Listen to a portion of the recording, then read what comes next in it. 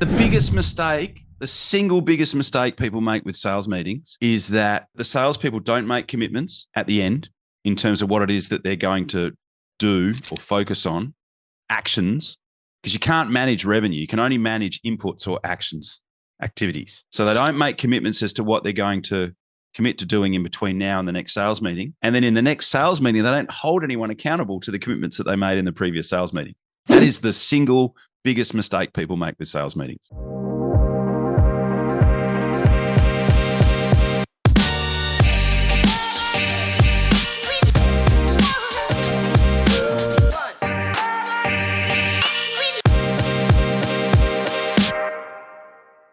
Hey guys, welcome back to the show. Today I'm joined on More Clients, Less Effort by sales superstar John Blake from Sales Breakthrough Solution.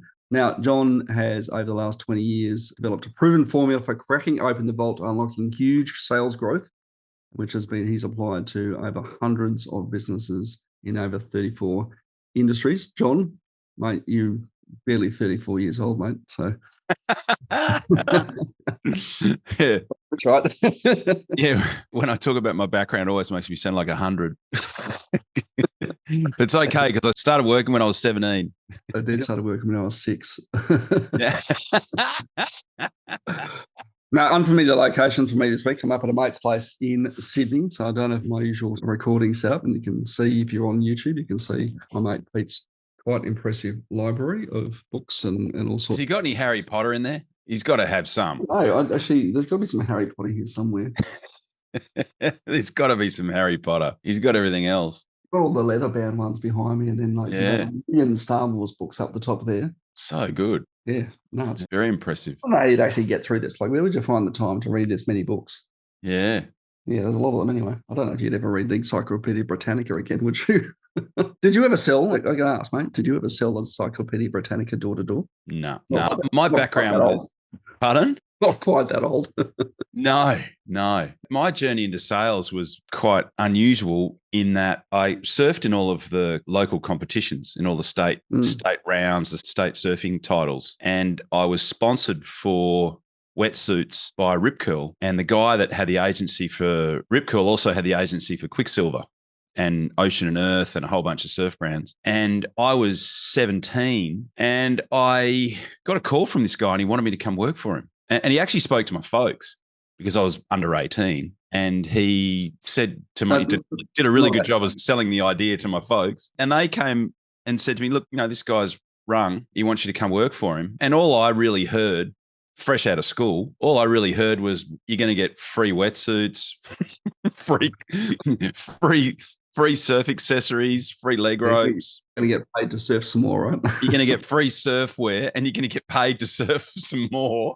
Right. And I didn't know what sales was. I didn't know what business was. I had no concept of what any of that was. I bet your parents were thrilled that your university career was just about to disappear. Well, I was doing an art course.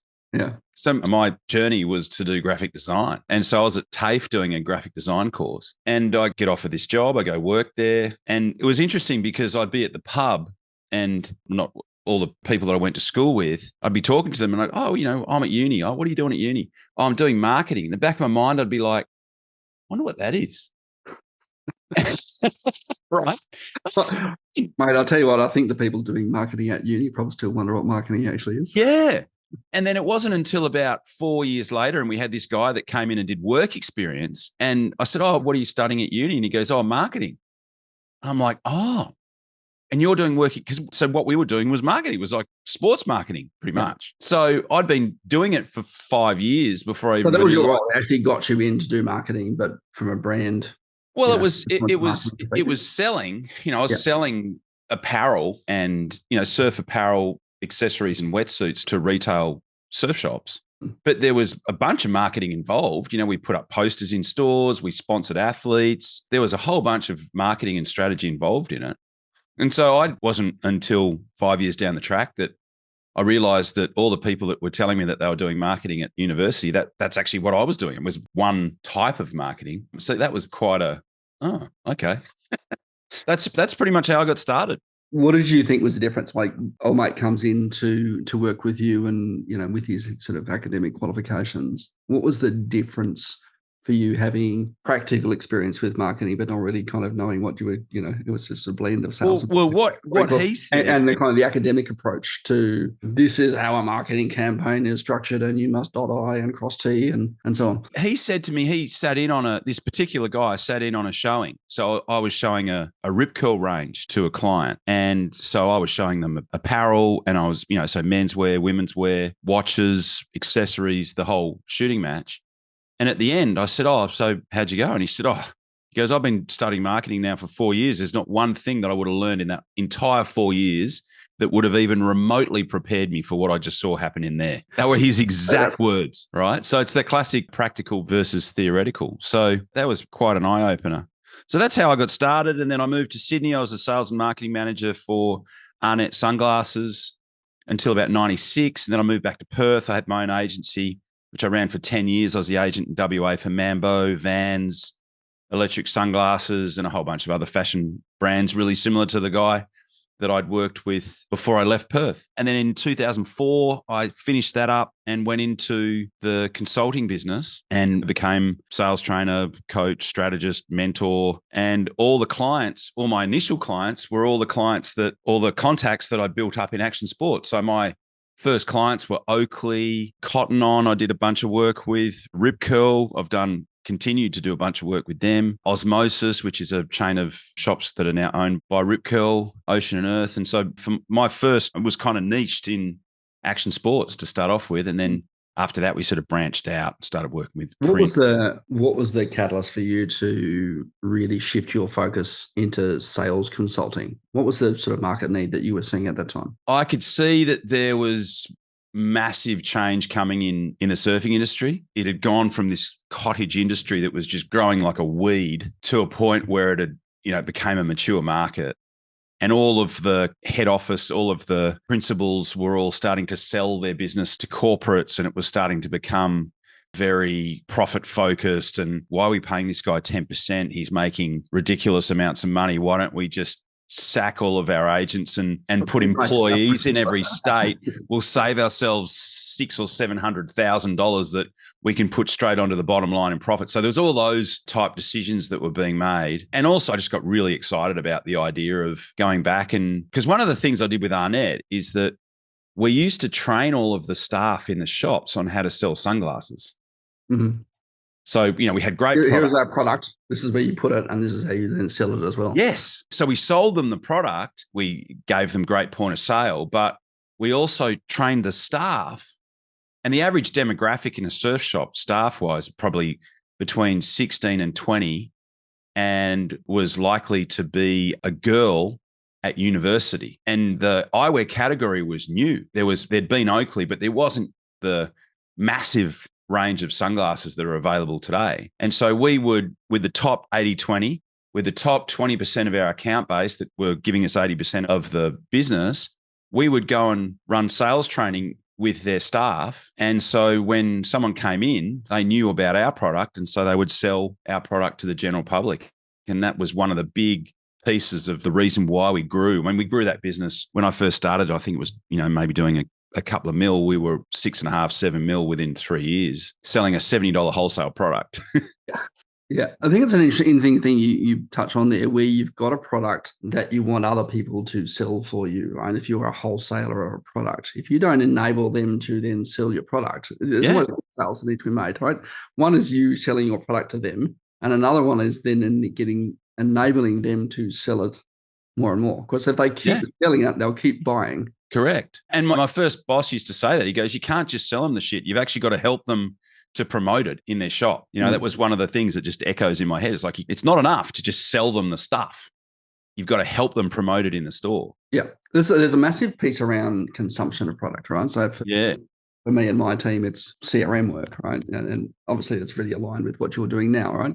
If you don't help someone use your CRM to close more business, they'll look at this thing as an expense on their balance sheet, not anything. Correct. And grow their business. Yep. In the same way, if you, right, I'm in the car sector, probably could do this the same thing. I use this analogy quite a bit. If you sell someone a car, if they don't know how to drive it, they'll never use it, and they won't buy another one. Yep. Right. If they start using it and they start going on adventures and they take their family away for memories, they will buy another car that they will associate with your brand. Right? And if we're really clever with our positioning in our marketing and by extension in the sales, because for me, and I'll touch on this in a bit more, but I don't see it as too much different. Marketing is about getting them to buy into the emotion of the thing and the experience that the thing that you have will create for them.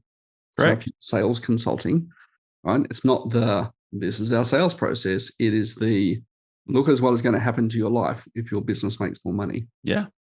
Right. So I'm going to ask you this question because it's one that I've looked at a lot from a marketing context.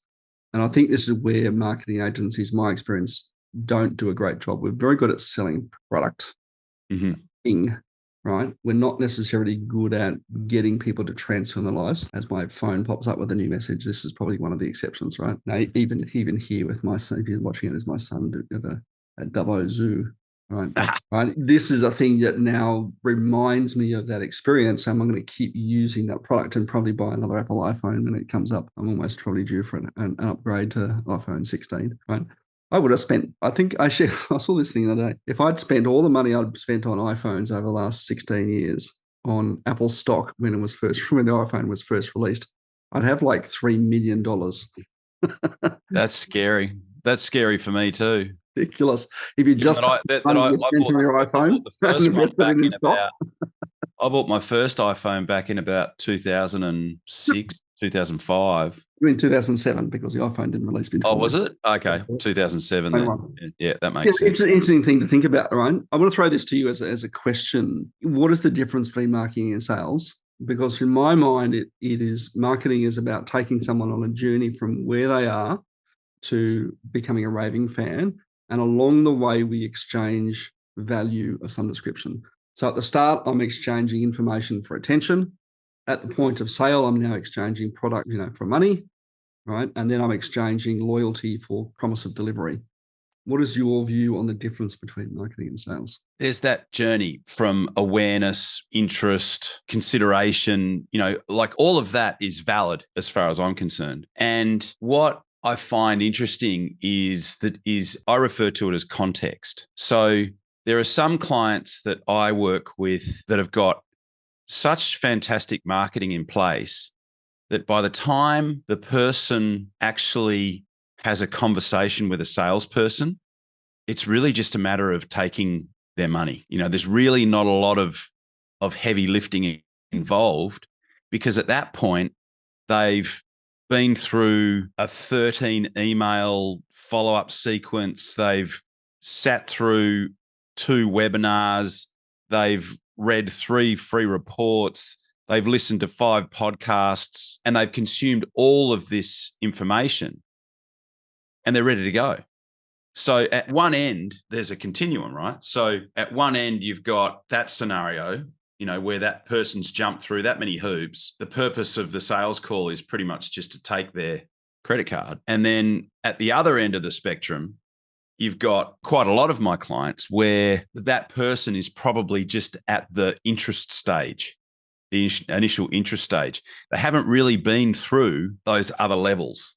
Yeah, I've got an element of curiosity to go, what is that? Yeah. One of the parts of the process is first question, which is, so what was it that made you decide to want to book a call? That guy that's over here, he's like, oh, yeah, I don't know. It's just sort of, looked like it might be something good.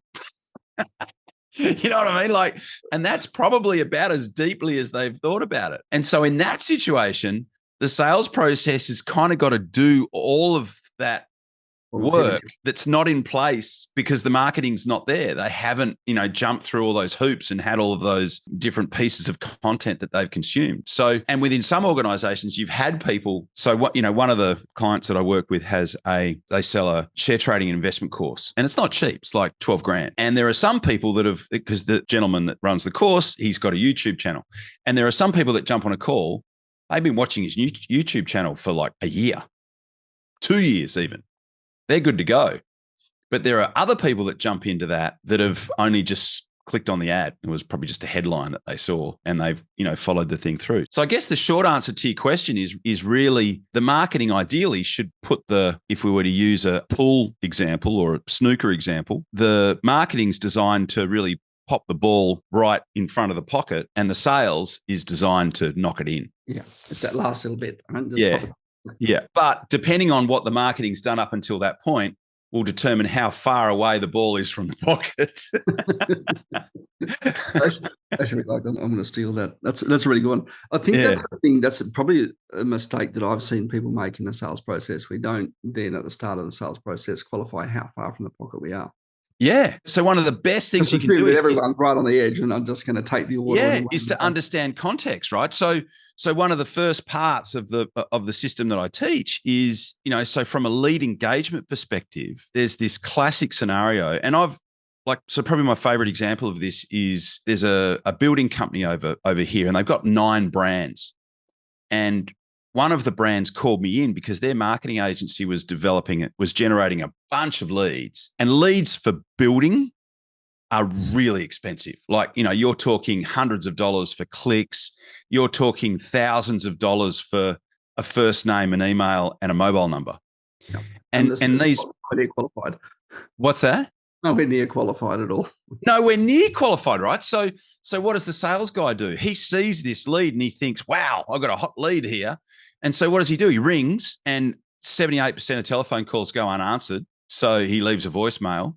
Then he might ring again. And then, so what do I do now? Well, I'll send an email. So he'll send a 5-paragraph email with 2 PDFs attached that are probably 5 or 6 meg. And then he'll wonder why he doesn't get a response. I literally spent a day with these guys showing them how to engage web leads, because everyone assumes, so the average salesperson will assume that lead is coming to them with this level of intent, but in actuality, they've probably got about this level of intent. And so there's a bunch of work that we've got to do from a sales perspective to lift that guy up to a point where he's even prepared to jump on a phone call.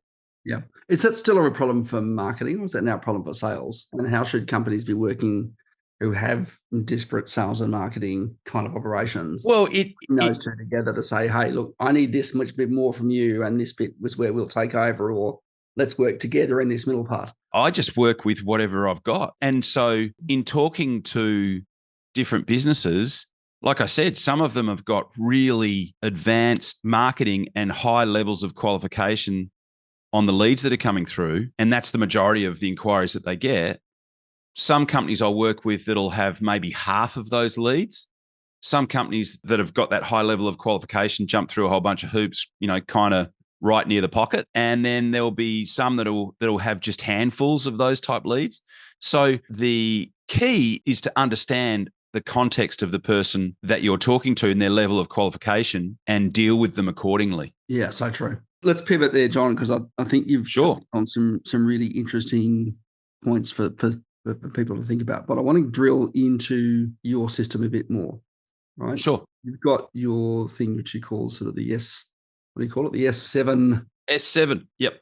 S7. Let's go into the steps in the S7 program and let's break them down a little bit for people. Where do we start? Yeah, sure. So we just talked about the first one, which is lead engagement. So in the absence of having a system other than I will call them or I will email them, there's a bunch of leads that you're just not going to be able to connect with unless you understand that there's this dance that you've got to do to even get somebody to respond to a text message, let alone an email. Unless you understand what that dance is, you're going to be generating digital leads and you're going to be not contacting a lot of them, just like my building client was before I started working with them. So I think what's that? It's also in context of what you're actually selling. So let's use your building client as an example, right? If I don't buy a house today, I can do it tomorrow or the next day. Correct. Or the next day, right? It's not really an urgent. No, you don't need to solve this thing right now, right? It's not a bleeding neck problem. Yeah. It's not a bleeding neck problem, right? So a plumbing inquiry, when I've got a toilet that's overflowing or a tap that's broken and there's water everywhere, that's a different level of intensity. So yeah, absolutely. There's some differences. Because my hot water system blew up last week, and I'm like, oh great, no hot water. Yeah, right? Like exactly. Unsolved.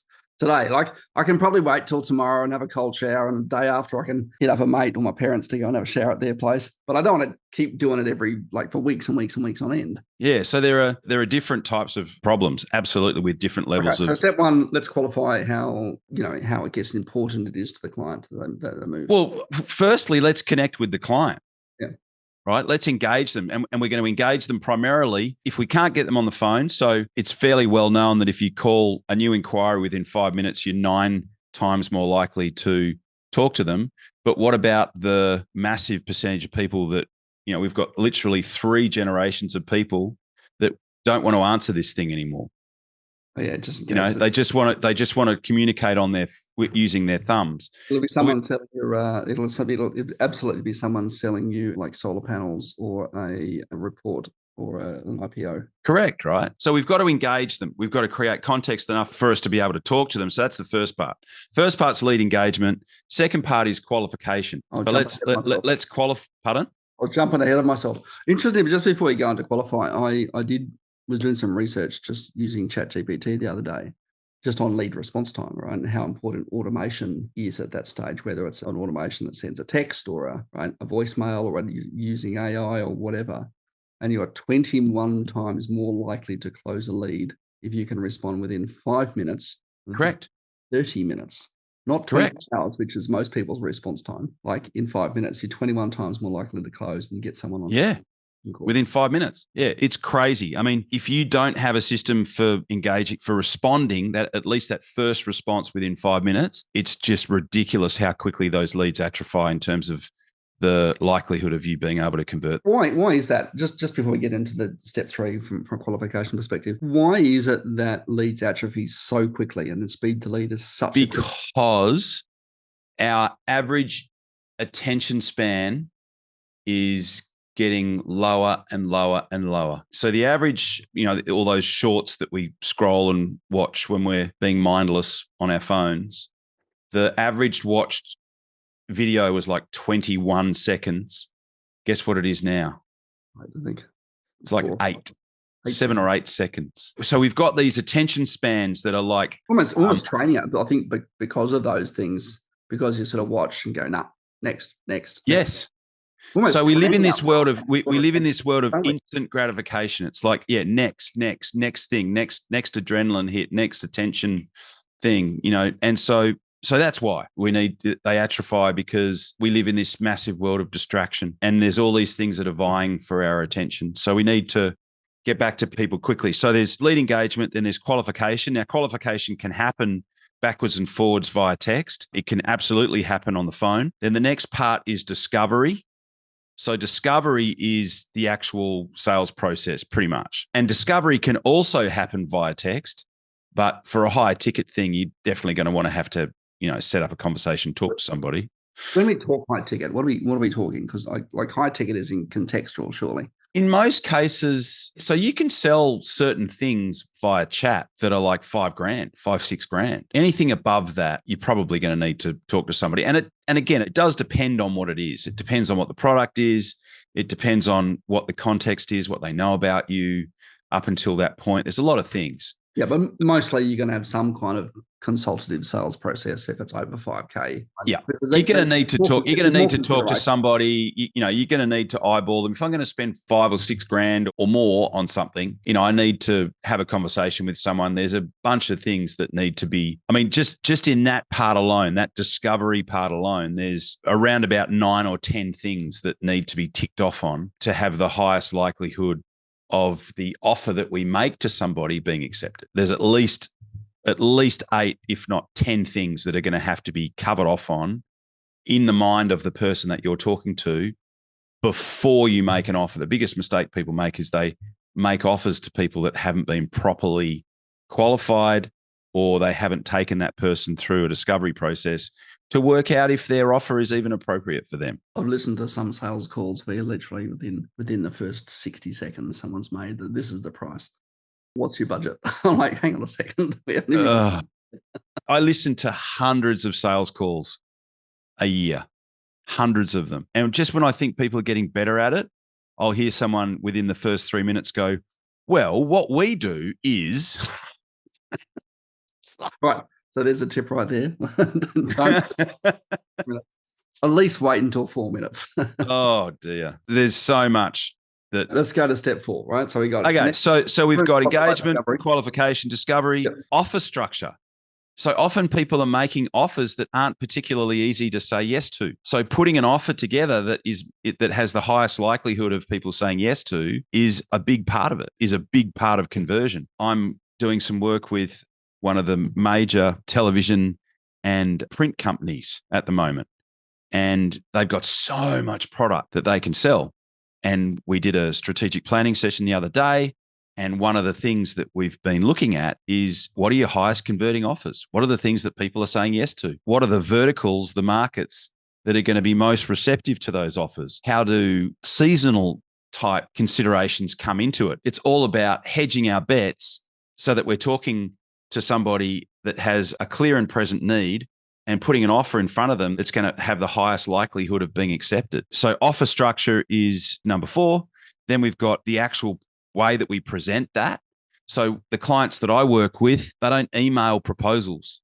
They present proposals to people. There are at least 12 strategic advantages for presenting a proposal to somebody as opposed to just emailing it, not the least of which is you actually get an opportunity to ask for the business.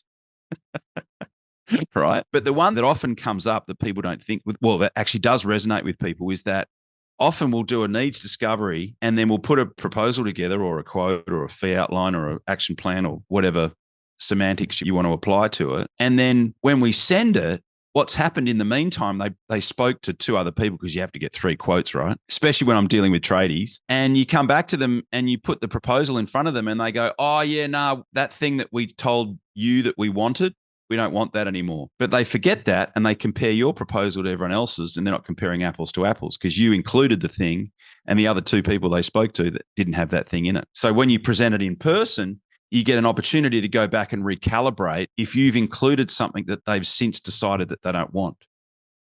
And that's massive because at the end of the day, when they've got the 3 options in front of them, they're not going to remember that. They're just going to see that your price is higher and they'll go, nah, the other one's better. The other ones are more, so there's like I said, there's 13 strategic advantages for presenting your offer to the person rather than just emailing them. And they've got no way of understanding the value difference. Is that they're just going to compare on the thing that they understand, which is correct. The bottom line, the number that's on the back page. Yeah, they'll just flip through and find it and go, that one's cheaper than that one. Let's go with it. That's it. So presenting it, that's just one of the 12 strategic advantages for presenting your plan as opposed to just emailing. I do love this one because, certainly in the CRM world that I play in, there's free trials everywhere, right? Yeah. Nothing more expensive than free. Yeah.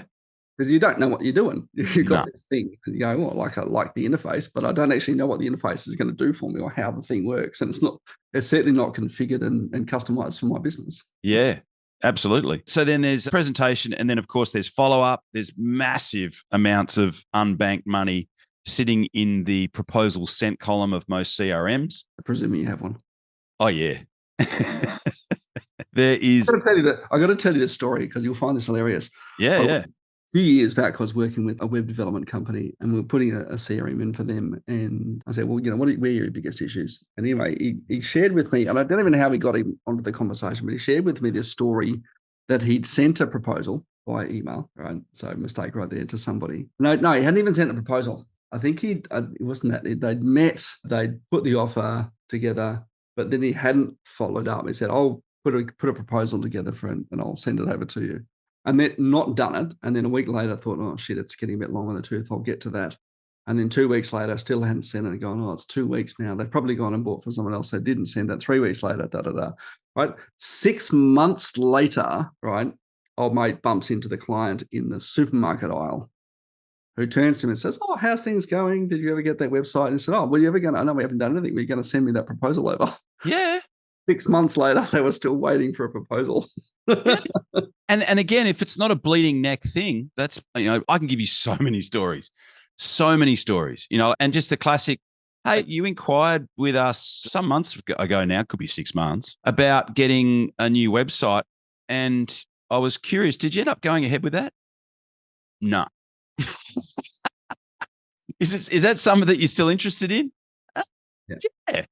I think it's one of those things when we look at someone's business for opportunity in a marketing context, it's not always new opportunities where the biggest needle to move is, right? Yeah. Now, don't just run out and run a new Google ad campaign for 2025 because shit, we need more leads and the business is growing. Like, go back to everyone who kind of inquired during 2024 and just reach out to them again and say, hey, is that still a problem for you? Yeah. Because they're there. They've already got some association with you. It's so easy to do that. I've just done that analysis on a client's database, and I think we've found literally 1,700 opportunities. Wow. From people who've already inquired. Yeah, I know. That's like, and they're not a big ticket thing. It's like a pest control company, right? It's $250, right? But Adds up. That's a lot. That's a lot of money. I don't even know what that sort of dollars is. What is that? 250 times 1,700. Now that's $250. Well, that's $500,000 right there. $425,000. There you go. That's probably twice a year. So that's $1 million in revenue a year. Just sitting there. Just sitting there. I did a re-engagement strategy with a client of mine that does blinds and curtains. And I think we only sent it to 3,000 people. Maybe 220 were delivered. And we ended up doing 50 grand. I think I'm going to change my offer to these guys. I'm going to go on like success percentage. Why not? So then we've got follow-up. So follow-up's massive. There's like follow-up with existing clients. There's follow-up with people who inquired but didn't buy. There's the opportunity to go back to past clients and sell them something that you don't currently offer at the moment. Yeah, so there's so much in there. What's that? You change the business. What you're doing now is not the same thing as you were doing a year ago or 2 years ago. Yeah, correct. It's different. Correct. Yeah, absolutely. There's so many. That's 6 of them. And then the 7th thing is really just about ongoing management. And ongoing management, there's auditing the sales process. Because like all systems, if you don't audit them or if you don't go back and revisit them, they atrophy. People just revert back to what it is that they were doing before, unless you go, okay, well, you stopped doing that. Why'd you do that? Oh, I don't know. I don't know. It was just easier doing it the other way. Okay, well, you realize why we do it that way, don't you? Yeah. Okay. Well, we were talking about this just before we got on the call, right? Yeah. And the reason you work with clients for 90 days after they've actually, you've got a salesperson for them. Yeah. You want to embed the salesperson into the new process, right? And that's it. Kind of into the habit of the thing. I do the same thing. I can deliver a CRM and a bunch of automation to someone within a couple of hours, right? But to get them to use the sales pipeline in the CRM and put the triggers on and take photos of business cards to trigger the follow-up sequences and all the things we would be talking about actually takes weeks and months for them to get into the habit. This is the new routine and this is what I do every single day. Yep. And if you don't do that, it doesn't work. It doesn't matter what you do. It's a waste of time. Yeah. And so many different clients I work with, they're like, oh, yeah, we've got a CRM. I'm like, great. And they're like, yeah, but no one uses it. Or they'll say, oh, maybe, there's 1 or 2 people that use it, but everyone else, not really, so it's like, wow. And if you're talking a sales force, like I've got one client that has spent 100 grand and counting on, they were quoted 30. They're at 100 and counting. And they were smart. They did like a launch, they were like, wow, we've invested a bomb in this thing. We need to, and they actually got me in and to get their team really excited about using a CRM. Which was good. It was a good thing to do because you want people to use it. You want them to get excited about it, Yeah. So yeah, there's auditing. Have they launched it yet? Oh yeah, and it's working. It's doing what they want it to do. So that's cost fallacy. They might as well keep going. Yeah, exactly right. There's auditing the sales process. There's auditing the sales meetings. Like if there are regular sales meetings, I sit in on people's sales meetings. They're terrible. Such a massive amount of time wasted. The acid test for sales meetings is, do you think your salespeople look forward to coming to your sales meeting? In most cases, the answer is no. So you can audit that process. We get sales meetings. I mean, sales meetings is obviously an issue to go, okay, well, where's, what are we closing this week? What do you need? Right? Where do you need support? Who's in the pipeline? What's coming up? Who do you need to go back to? Those sorts of things. But just in general, I think that as business owners, we don't do, look, we kind of avoid meetings, but we don't do enough meetings to communicate to the team about what's happening and get communication back the other way. Like I've worked with clients who have never had a team meeting in 10 years or more. Yeah.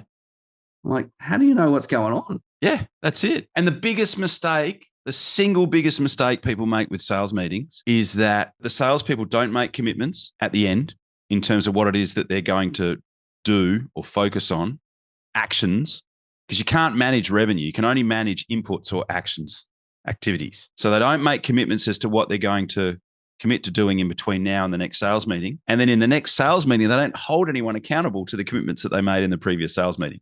That is the single biggest mistake people make with sales meetings. It's like if everyone just did that, right? So every salesperson, okay, what are your next 3 biggest opportunities? Oh, I've got XYZ company, PQW company, and 123 company. Okay, what's your next action with them? XYZ, I'm calling them on Monday. I've got a meeting scheduled for Tuesday, and 123, I've got a Zoom meeting with them this afternoon. Okay, great. So when we catch up the next time, okay, you had these 3 actions. How'd you go? Oh, this guy's closed. This guy I've got a verbal from, and this guy. You know what I mean? It's like, and I know that in the next meeting, I'm going to be held accountable. I'm going to be asked about it. So I'm going to pull my finger out and get those 3 things done. Yeah. Like, why haven't you done these things yet? Right, so then there's the recruiting thing, which is, making sure that we've got, as we talked about before we started today, having the right systems in place. We need a selection system. We need an induction system. We need a training system. And then the ongoing management feeds into the existing system that they've got there. So they're the spaces and the places in a business that we can tweak that can cause huge shifts in revenue. And it's about optimizing those things so that the business owner can then go to you and say, hey, we've got these systems nailed. Which ones can we automate? Right. Let's quickly sort of run through those again for everybody. Right. Sure. First one, connect and engage with your lead. Otherwise, you're kind of screwed. Qualify them, right? Yep. Either through an automated process or the first part of your call. Yep. Do your discovery and find out, is there a clear and present need and what the impact there is. I think it's also important to qualify what happens if they don't do the thing. Not just what if you do, but what if you don't? The cost of inaction. Yeah, that's absolutely one of the 10 things that we need to cover off on within that discovery. Put that in, right? Getting the offer structure right in a way that people can actually buy it and want to buy it and go, yep, that's actually creates emergency as part of our offer structure. The presentation, not just the pitch and the proposal. So get the presentation if that's correct. I love doing it, as you say, live, right? The number of times I see people go, I'll just send you an email, and then you never hear from them again, right? Follow up. Massive one for me. We built a thing called a sales recovery engine for all the people that you haven't closed straight away. Right? Yeah. Even the no's, because as you say, right, there's money in action because your client probably hasn't done the thing that we said they were going to do anyway. Yeah. Like I had a bloody new display home client. They generated 25. We did it like a test email re-engagement strategy. 25 new sales inquiries, at least a third of them had previously said no, but had done nothing. Not the right time. No, exactly. Step 7, ongoing management and audit of your process to make sure it's constantly dialed in and tweaked. Yep. Mate, I love it. Let's do this. I'm going to throw a bunch of questions. We've been going for a little while now, but this is so good. We're going to keep going with it. Sure. I might even get you back for another call sometime. It'd be good. Love to. All right, let's go with this. Coming up to Christmas. I don't know if you're listening to this before Christmas or after Christmas. Depends when we get this out. What's your favorite Christmas tradition and why? Favorite Christmas tradition? Christmas changes when you have children. It's really just watching how they behave. I get a buzz out of watching how they behave. How old are your kids now? They're getting a bit older. They're 14 and 17. Santa Claus doesn't exist anymore. He does. He just doesn't look the way that they think he looks. Yeah. Your worst enemy was to write a book about you. What would it be called? Wow. Probably, what would the book be called? Yeah. I Never See Him. If you could go back and, give your sort of 17-year-old surfy self, right, one piece of advice about the thing you've learned to get to where you are now, what would that be? Back yourself. Favorite client? I've got a client that I've been dealing with. I've actually got a couple of really favorite clients. I have one particular client which sticks out. She came to me. She's PT. She came to me. She was doing about $7,000 a month. Had a half a dozen one-on-one PT clients, and she now has a business that's doing 1.2 million. And she stayed with me for 8 years. We got her to $1 million, I think, within about 5 or 6 years. It's probably about 5 years. Yeah, it's pretty good. Yeah. Very good. What tool do you think is essential for running an effective sales process? A pen. You've got to write stuff down. You've got to write stuff down. Although, AI these days, I do remember my son's first Actually, probably a set of ears set of ears. is a better answer to that question. Listen, better answer. Yeah. I recall my first parent-teacher interview. My son's now 18, almost 19 now. And my first parent-teacher interview, the teacher said, he's having real trouble writing, right? Articulating himself in the written word. I'm going, he's a 6-year-old, right? And that's not surprising. And obviously in comparison to the other kids. Now, it turns out a few years later, we discovered that he had some learning disabilities and ADHD and actually has real trouble actually sort of articulating himself in writing. And I said to her at the time, I said, by the time my son finishes high school, right, he will not need to write a thing ever again. Yeah. And sure enough, that's a fair prediction. Sure enough, 2023, ChatGPT comes around, and now all of my Zoom meetings have an AI recording on them that transcribes and summarizes all the notes and saves them against my CRM. I don't have to write a bloody thing. So true. Asking the right questions, though, that's very different. Yeah. Who's been your most professional mentor? Oh, sorry, your most important professional mentor, I should say. Oh, it'd be my first boss for sure. I keep in touch with him. They've effectively taught me everything about running a small business. Sounds like they did. A good thing. Do you still surf? All the time. Have you ever run a podcast on a surfboard? No. Although I've got a mate who does all his from the beach. Why not, eh? Yeah. What do you think the world will look like in 5 years' time? That's interesting. I think it'll look much the same. I think we'll be doing things very differently. Like what?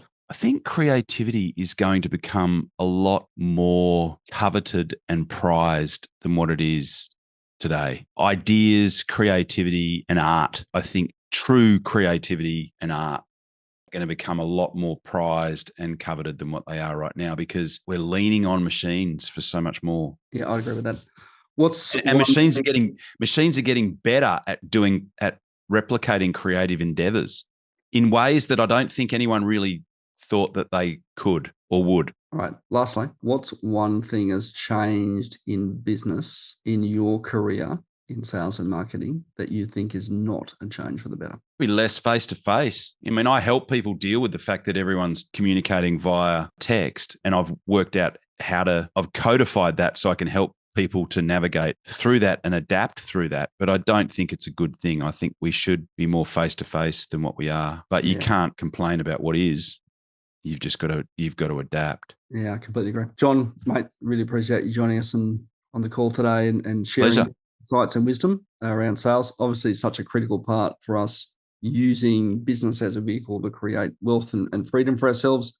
Guys, if you want to find out more about John and Sales Breakthrough Solutions, you can head on over to john-blake.com.au. You can find John on Facebook and LinkedIn.